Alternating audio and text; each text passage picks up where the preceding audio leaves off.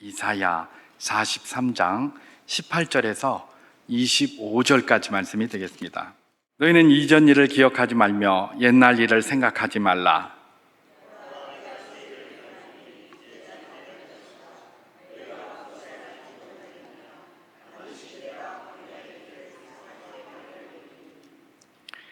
장차 들짐승 곧 승냥이와 타조도 나를 존경할 것은 내가 광야의 물을 사막의 강들을 내어 내 백성 내가 택한 자에게 마시게 할 것임이라.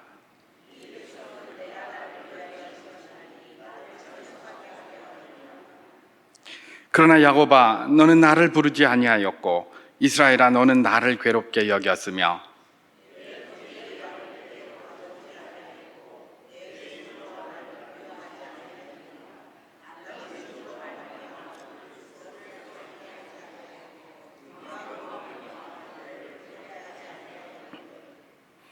너는 나를 위하여 돈으로 향품을 사지 아니하며 희생의 기름으로 나를 흡족하게 하지 아니하고 내 죄짐으로 나를 수고롭게 하며 내 죄악으로 나를 괴롭게 하였느니라.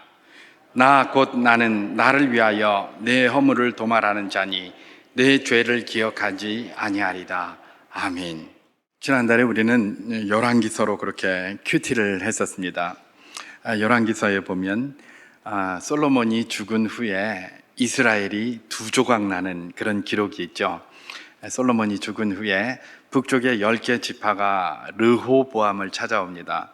솔로몬의 아들 르호보암은 아버지의 뒤를 이어서 왕이 되어야 할 적장자였습니다.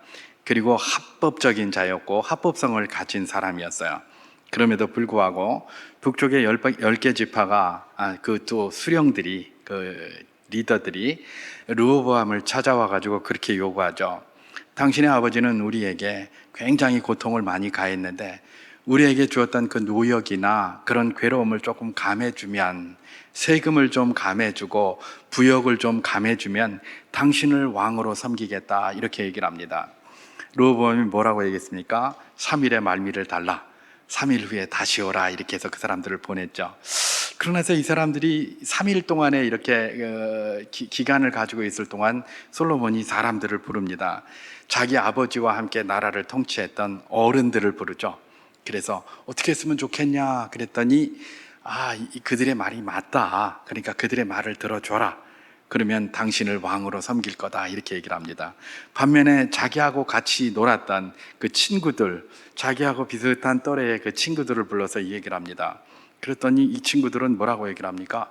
아니 건방지게, 이게 다 르호보암 당신이 왕이 될 것은 정해진 일이고 이게 법인데 저그들이 뭔데 그런 이야기를 하느냐. 그러니까 내 팔이 당신 솔로몬보다, 아버지 솔로몬보다 더 굵다고 얘기해라. 그리고 그 사람 솔로몬이 한 것보다 내가 훨씬 더 강력하게 너희를 통치하겠다고 이렇게 얘기를 하라, 그렇게 조언을 해주죠. 르호보암이 가만히 듣고 보니까 그 말이 더 좋은 것 같아요. 왜냐하면 자기도 이제 왕으로 등극을 해서 좀 뭔가 왕으로서 큰 소리를 치려고 했는데 자기들한테 와가지고 막 굽신굽신 하라고 하고 또 많이 또 이렇게 풀어달라고 이렇게 얘기하니까 화도 나고 있었는데 친구들이 그런 얘기를 하니까 그 말에 그냥 싹 속금합니다. 그래서 그들이 왔을 때에 내가 아버지보다 훨씬 더 너희를 징치할 거다, 아버지가 채찍으로 하였다면 나는 너희를 전갈 채찍으로 다스리겠다, 이렇게 얘기를 하죠. 그랬더니 이 사람들이 뭐라고 얘기를 합니까? 그러면 우리가 다윗의 집하고 무슨 상관이 있느냐, 우리는 뭐 다윗의 집하고 아무 상관이 없다, 이러면서 10개 지파를 분리해서 나가버리고 맙니다. 여러분, 이런 걸 이렇게 들여다보면서 생각해 볼 수 있는 게 뭡니까? 아까도 제가 말씀드린 것처럼 솔로몬의 다음 후노서는 르호보암이 적합한 왕입니다. 그죠? 이미 정해져 있고 그건 바꿀 수 없는 거예요. 그럼에도 불구하고 북쪽 10개 지파가 르호보암에게 와서 요구한 것은 무엇입니까? 왕이여, 우리를 위하여 부역도 좀 감해주고 우리를 위하여 세금도 좀 감해 주십시오. 당신이 하는 거 봐서 우리가 당신을 왕으로 삼을지 말지 결정하겠습니다, 이렇게 한 거예요. 원래 질서적으로 따지면 당연히 그 사람이 왕이 돼야 되잖아요.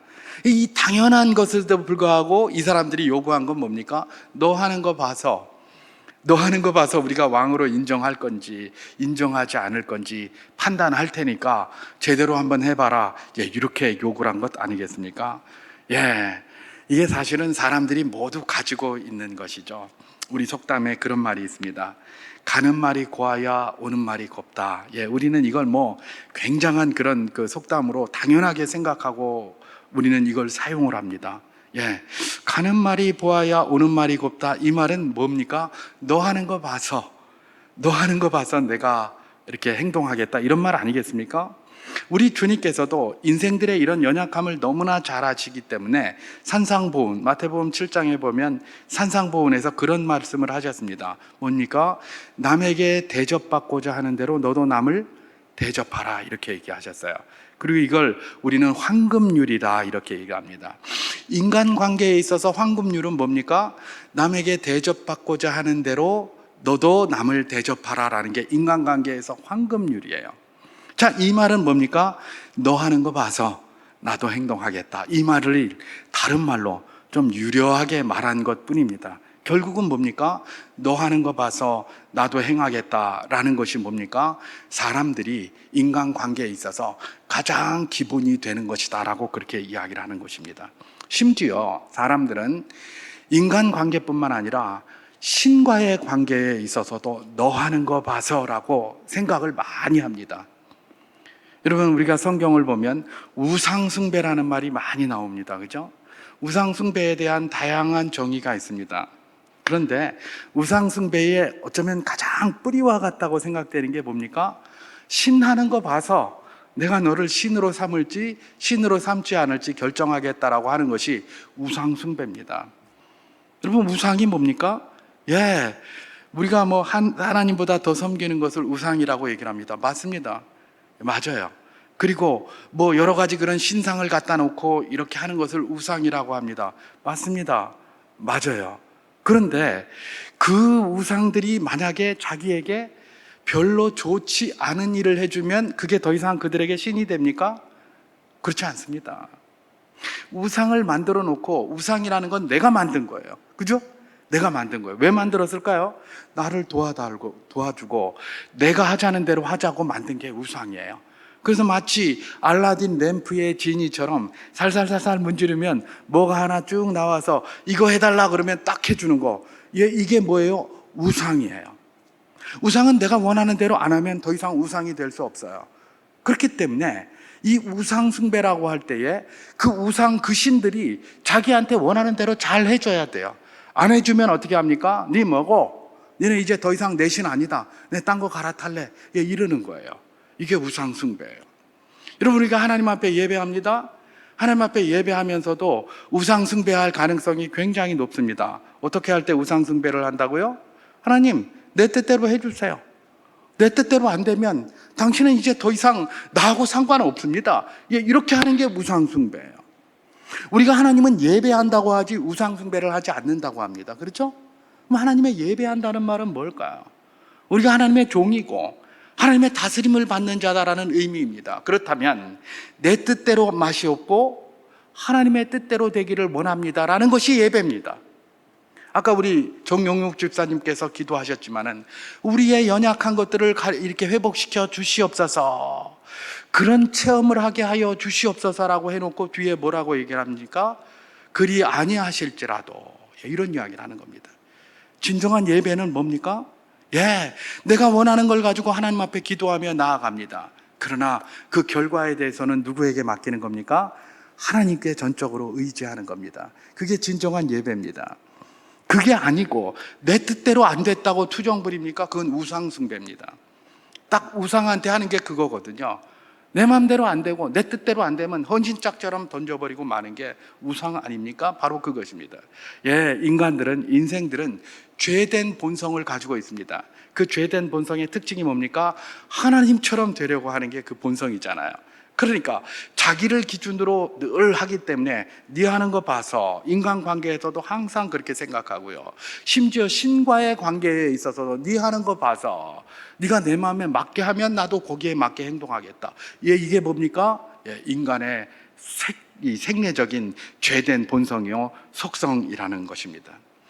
자, 그러면 우린 하나님은 어떻게 하실까? 하나님도 너 하는 거 봐서 이렇게 하실까? 예. 만약에 하나님이 너 하는 거 봐서라고 했다면 어떻게 됐을까? 우리가 그런 생각을 한번 해볼 필요가 있습니다. 여러분, 창세기 15장에 보면 우리가 잘 아는 것처럼 하나님과 아브라함 간의 언약이 거기 등장합니다. 근데 그 언약은 아주 특별합니다. 보통 언약이다, 약속이다 이렇게 얘기를 하면 뭡니까? 당사자 간의 신의를 기초로 합니다. 그죠? 그런데 어떻게 하는 겁니까? 둘이 약속을 했습니다. 그러면 둘 중에 누구라도 하나 이 약속을 어기면 그 약속은 파기되게 되어 있습니다. 그렇잖아요. 그게 약속이고 그게 언약이에요. 근데 하나님은 그때 아브라함하고 언약을 맺으시면서 아주 특별한 언약을 맺으셨어요. 그 언약이 뭐냐면 종주권 언약이라고 신학에서 이야기를 합니다. 그 종주권 언약은 오늘날에 우리가 이야기하는 약속, 언약을 의미하지 않습니다. 그 당시에 유행하던 사람들 사이에 그야말로 약육강식 시대에 강자가 모든 것들을 차지하던 그 시대에 약자와 강자 사이에 맺어지던 언약을 무슨 언약이라고 이야기를 한다? 종주권 언약이라고 그렇게 얘기를 합니다. 이 종주권 언약은 특징이 있어요.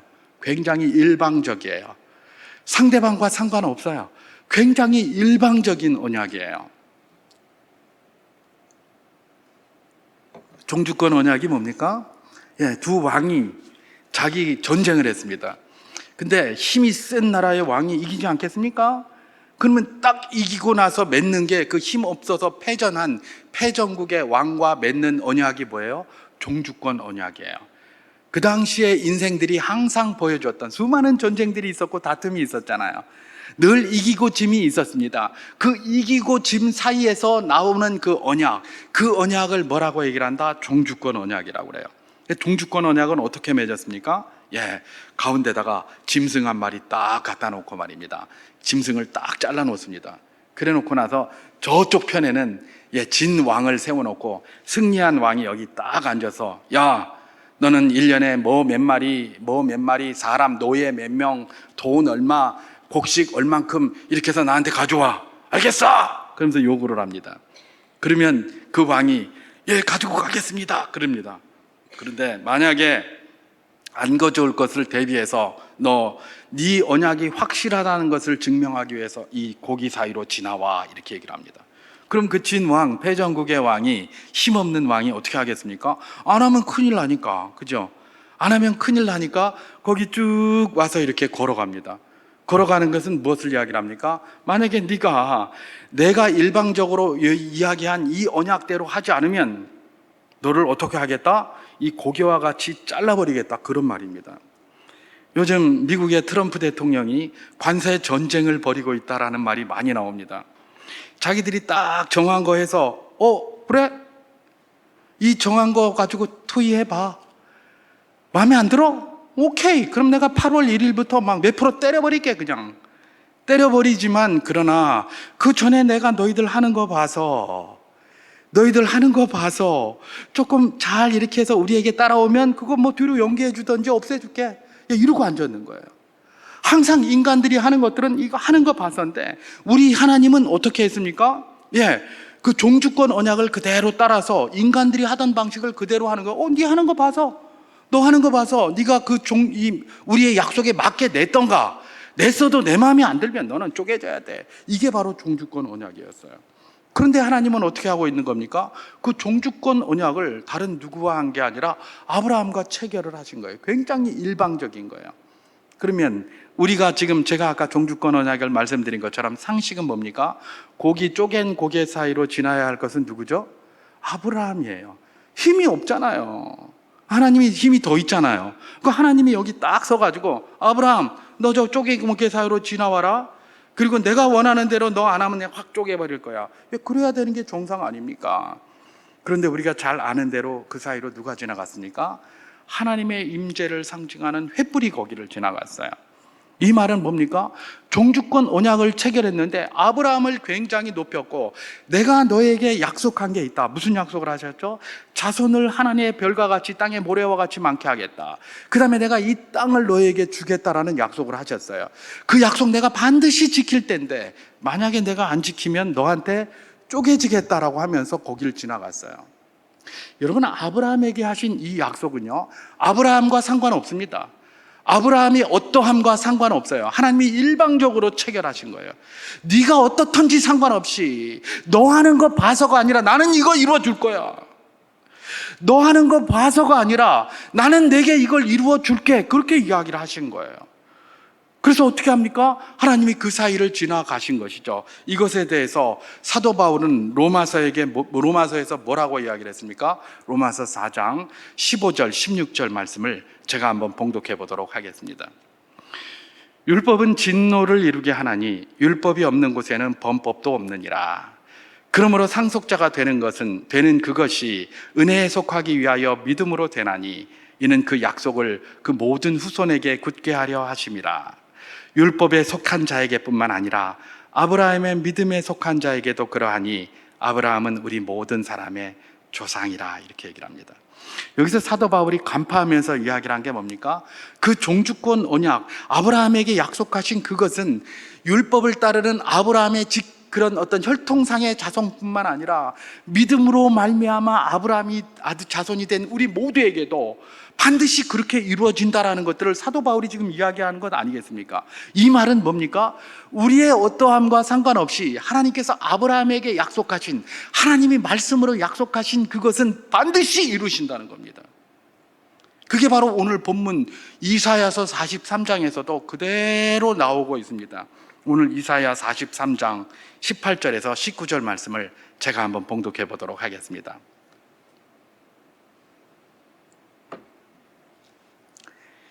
너희는 이전 일을 기억하지 말며 옛날 일을 생각하지 말라. 보라, 내가 새 일을 행하리니 이제 나타낼 것이라. 너희가 그것을 알지 못하겠느냐? 반드시 내가 광야의 길을, 사막에 강을 내리니. 그렇게 얘기를 합니다. 여기서 하나님께서 새 일을 행하시겠다고 이야기를 합니다. 새 일을 행하시는데 이 새 일을 행하심을 받을 이 이스라엘 백성들, 이전에는 막 징계에 대해서 이야기를 하시다가 이사야서 40장 이후로 보면 전부 막 새 일을 행하시고 하나님께서 회복시키실 것을 쭉 이야기를 하면서 오늘 본문에서 새 일을 행하시겠다고 이야기를 하셨어요. 이건 이스라엘 백성들이 잘했기 때문에 대단해서 새 일을 행하시려고 하느냐?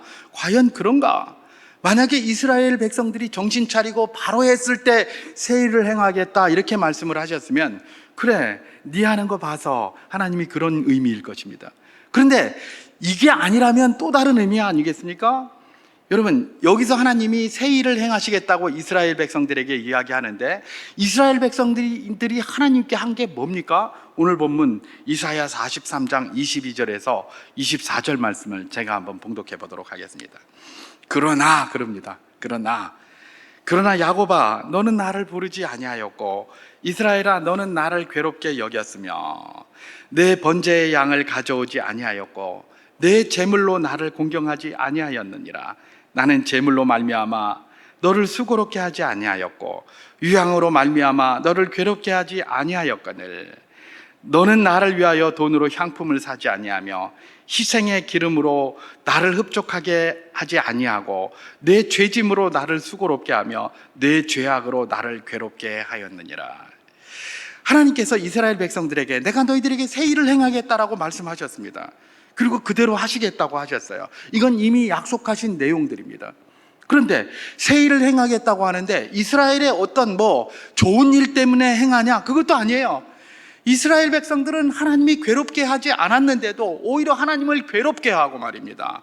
하나님을 슬프게 하고 힘들게 만들고 그 죄짐으로 인해서 날마다 그냥 고통스럽게 만드는 게 이스라엘 백성이라는 거예요. 그럼에도 불구하고 하나님은 너희의 행한 것 보지 않고 너 하는 것 봐서가 아니라 뭐예요? 내가 너희에게 약속한 대로 새 일을 행하겠다, 그 이야기를 하시는 것입니다. 여러분, 나중에 이스라엘 백성들이 이 바벨론에서 돌아오고 난 다음에 우리가 하나님 앞에 범죄하였으므로 바벨론 포로라는 이런 일이 있게 되었다라고 하면서 그때 회개운동이 일어나잖아요. 에스라와 느헤미야서에는 바로 그것이 시작됩니다. 그러면서 그때부터 출발한 게 바리새주의가 출발했다라고 그렇게 이야기를 합니다. 여러분, 이 사람들이 어떻게 해서 하나님이 그렇게 하셨는지, 우리가 하나님 앞에 범죄해서 이렇게 되었는지를 알 수 있었겠습니까? 바로 그 200년 전에, 약 200년 전에 있었던 이 이사야의 예언을 보고 또 그 후에 있었던 예레미야의 예언을 보고 딱 맞아 떨어지니까 그렇게 판단할 수 있었던 겁니다.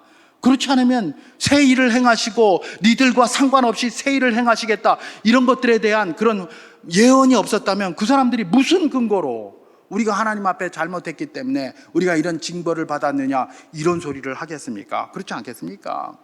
결국은 뭡니까? 하나님께서는 새 일을 행하신다는데 그게 이 사람들, 이스라엘 백성들의 어떠함, 그들의 어떠함을 보고 하시겠다는 것이 아니라 하나님이 당신이 약속하셨기 때문에 그 일을 행하신다라고 이야기를 하시는 것입니다. 오늘 본문 이사야 43장 25절을 제가 봉독하겠습니다. 나는 곧 나를 위하여 내 허물을 도말하는 자니 내 죄를 기억하지 아니하리라. 누구를 위하여요? 당신을 위하여. 당신께서 그런 약속을 하셨어요. 약속을 하셨기 때문에 그 약속 안 지키면 어떻게 됩니까? 당신이 오히려 이상해지는 거예요. 그러니까 니들이 어떻든지 간에 상관없이 어떻게 한다? 내 죄를 나를 위하여 도말하고 내가 새 일을 행하야겠다, 이렇게 이야기를 하시는 것입니다. 여러분, 모세의 기도를 보면 광야에서 이스라엘 백성이 막 그냥 하나님 앞에 반역하고 막 거역하고 할 때 하나님이 진노하시면서 이 백성들 쓸어버리겠다 이렇게 얘기를 했을 때 모세가 무슨 기도를 합니까? 하나님, 그러면 안 됩니다. 만약에 하나님이 이 백성 쓸어버리면 다른 사람들이 뭐라고 하겠습니까? 여호와가 이스라엘 백성들 광야에 불러내서 다 죽이려고 끌어냈다 이러지 않겠습니까? 그러면 하나님 이름이 뭐가 되겠습니까? 저 이방인들에게요. 이렇게 하잖아요. 그러니까 하나님께서 그냥 모세의 그런 간곡한 기도, 물론 하나님은 그 말을 그렇게 하신 거지 그렇게 하고 싶지 않으셨겠죠. 그러니까 모세의 말을 듣고 나서 그냥 이렇게 돌이키시는 것처럼 하면서 거기서 용서해 주시고 하는 내용들이 거기 기록되어져 있는 것 아닙니까? 그렇습니다. 사람 관계에서는 항상 너 하는 거 봐서입니다. 너가 하는 것 봐서 내가 행동하겠다, 이게 사람의 관계라면 하나님이 우리를 향한 관계는 그런 거 아닙니다. 너 하는 것과 상관없이 내가 약속한 대로 하리라 라는 것입니다. 여러분, 우리가 약속에 신실하신 하나님이라고 하나님을 고백합니다. 하나님의 약속은 신실하게 이루어진다는 확신이 어디에 있는 겁니까? 바로 이런 것에 있습니다. 내가 뭘 잘못했기 때문에 하나님이 약속하신 것을 안 지켜주신다? 그렇지 않습니다. 하나님은 당신이 우리에게 약속하신 것은 반드시 지키시는 분이신 줄 믿으시기 바랍니다. 우리의 행동이 도대체 어디까지 해야 하나님의 마음에 들겠습니까? 우리가 도대체 얼마나 해야 하나님의 기준에 맞추겠습니까? 우리는 날마다 주의 나라와 그의 의를 구하라고 기도하라고 주님께서 말씀하시는, 먼저 그것을 가지고 기도하라고 말씀하시는 그 기도를 드립니다. 주의 나라를 구하라는 것은 무엇입니까? 하나님의 나라는 하나님의 뜻이 완전히 이루어지는 것 아닙니까? 다시 말해서 나의 삶 속에서 하나님의 뜻이 완전히 이루어지기를 구하는데 그 기준을 뭐로 두라? 주의 의에 두라는 겁니다. 내 의가 아니라. 그러니까 하나님의 기준으로 두고 하나님의 뜻이 이루어지기를 간구하는 것을 먼저 하라라고 늘 이야기를 하십니다. 그런데 우리가 그렇게 할 수 있겠습니까? 우리가 너무나 잘 알지 않습니까? 우리 자신을 잘 못합니다.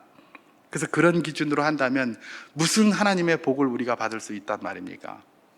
그러나 주님은 말씀하십니다. 내가 너희에게 그렇게 했으면 좋겠다라고 이야기하지만 나는 너희의 무엇과 상관없이 내가 약속한 것은 반드시 지키리라. 그것이 바로 이 말씀이 우리에게 주는 도전인 것입니다. 하나님의 우리에게 주신 약속은 구약도 있고 신약도 있습니다. 수많은 약속들이 있습니다. 그러나 오늘 우리는 이 저녁에 기도하기 위하여 이 자리에 모였습니다. 우리 주님께서는 기도하라고 하셨습니다. 그것이 무엇이든지 가지고 기도하라. 그러면 내가 응답하겠다라고 이야기를 하셨습니다. 특별히 우리가 잘 아는 것처럼 예레미야를 통하여 예레미야 33장 3절에서 너희는 내게 부르짖으라. 내가 내게 응답하겠고 내가 알지 못하는 크고 비밀한 것을 보이리라.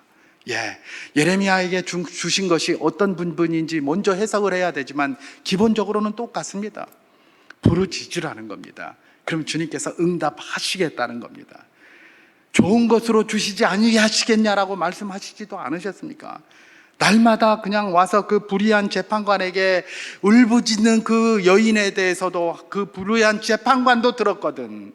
하물며 하늘에 계신 너희 아버지가 너희의 부르짖음을 듣지 아니하시겠느냐라고 말씀하신 것이 예수님 아니십니까? 오늘 이 저녁에 우리가 그 약속의 말씀을 붙들기를 주님의 이름으로 축원합니다. 여러 가지 기도 제목들, 혹시 지금까지 기도를 해도 별로 들어진 것 같지 않아서 아이고 이건 뭐 해봐야 별것 있나, 이런 생각이 우리에게 있습니까? 예, 얼마든지 있을 수 있습니다. 그러나 그런 마음으로라도 주님 앞에 나아가십시오. 주께서 기도하라 하셨사오니 약속에 신실하신 주님이 우리의 기도를 들으실 줄 믿습니다. 그러면서 기도하고 나아갈 때에 하나님의 선하심과 인자하심과 가장 우리를 아름답게 하시는 방법의 역사가 우리 삶에 일어날 줄 확신합니다.